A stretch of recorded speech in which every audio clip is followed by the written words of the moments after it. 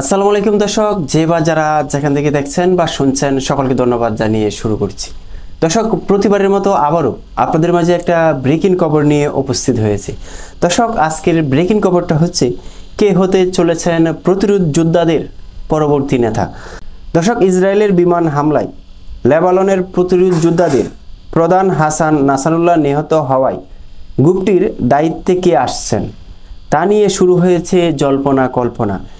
এখন পর্যন্ত দুজন ব্যক্তির নাম জুড়ে সুরে শোনা যাচ্ছে। একজন হচ্ছেন হাসিম সাফিউদ্দিন, অপরজন নাঈম কাসেম। বর্তমানে এই দুজনের মধ্যে এগিয়ে রয়েছেন হাসিম সাফিউদ্দিন। তিনি প্রতিরোধ যোদ্ধাদের পরবর্তী প্রধান হতে পারেন বলে ধারণা করা হচ্ছে খবর আল জাজিরার। দর্শক, আমরা সকলেই ইতিমধ্যে অবগত, ইসরায়েলের বিমান হামলায় হিজবুল্লাহর প্রধান হাসান নাসরুল্লাহ নিহত হয়েছেন, এটি আমরা সকলেই জেনে গেছি। তবে এখন জল্পনা কল্পনা চলছে এই গ্রুপটির পরবর্তী প্রধান কে হবেন। নাসরুল্লাহ প্রায় 32 বছর প্রতিরোধ যোদ্ধাদের প্রধানের দায়িত্বে পালন করেছেন। তবে শুক্রবার গ্রুপটির ইতিহাসের সবচেয়ে ভয়াবহ হামলার মুখে প্রাণ হারান হাসান নাসরুল্লাহ।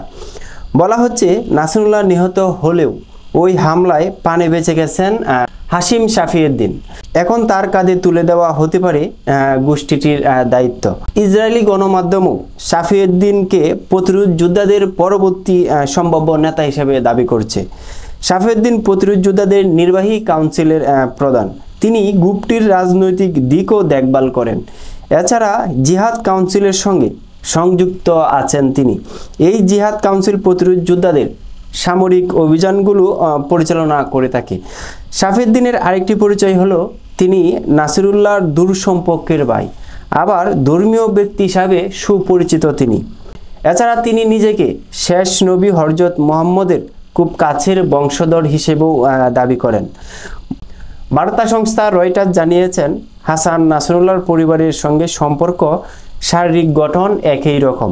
ধর্মীয় ব্যক্তিত্ব এবং মহানবীর বংশধর হওয়ায় তার উপর হিজবুল্লাহর দায়িত্ব আসতে পারে। হাসিম সাফিউদ্দিন সবসময় যুক্তরাষ্ট্রের সমালোচনা করে থাকেন। এর পরিপ্রেক্ষিতে 2017 সালে যুক্তরাষ্ট্র তাকে সন্ত্রাসী তালিকায় যুক্ত করে। গত জুনে সাফিউদ্দিন ইসরায়েলকে কঠোর যুদ্ধের হুমকিও দিয়েছিলেন।